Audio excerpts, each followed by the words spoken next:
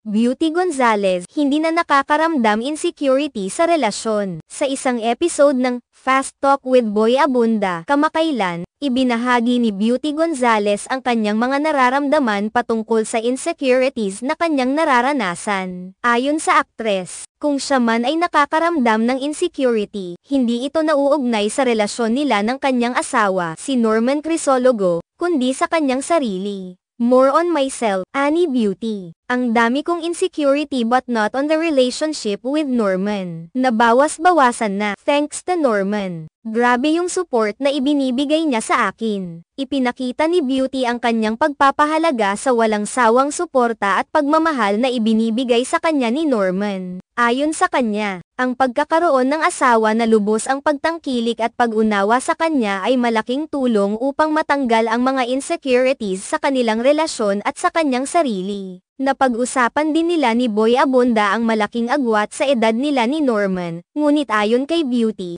ang edad ay hindi naging hadlang sa kanilang pagmamahalan. Bagkus, nakikita niyang isang malaking biyaya ang kanilang pagtatagpo sa tamang panahon sa buhay ni Beauty. Ibinahagi ni Beauty na ang kanilang relasyon ay hindi perpekto, pero natutunan nilang magtulungan at magbigay ng suporta sa isa't isa upang malampasan ang mga pagsubok. Ang mga insecurities na nararamdaman ni Beauty ay mas nauukol sa kanyang sariling pagpapahalaga at hindi sa anumang aspeto ng kanilang pagsasama. Ayon pa sa kanya, ang mga insecurities ay natural na bahagi ng bawat tao. Ngunit ang pagkakaroon ng partner na katulad ni Norman na patuloy na nagmamahal at sumusuporta sa kanya ay isang malaking tulong upang mapabuti ang kanyang sarili. Matapos ang mga taon ng pagsasama at mga pagsubok, natutunan ni Beauty kung paano tanggapin ang kanyang sarili at maging mas komportable sa kanyang relasyon. Ang pagmamahal at pagtangkilik ni Norman ay isang mahalagang aspeto sa kanyang patuloy na paglago bilang isang tao at bilang isang asawa. Dito rin ipinaliwang ni Beauty na sa kabila ng mga insecurities,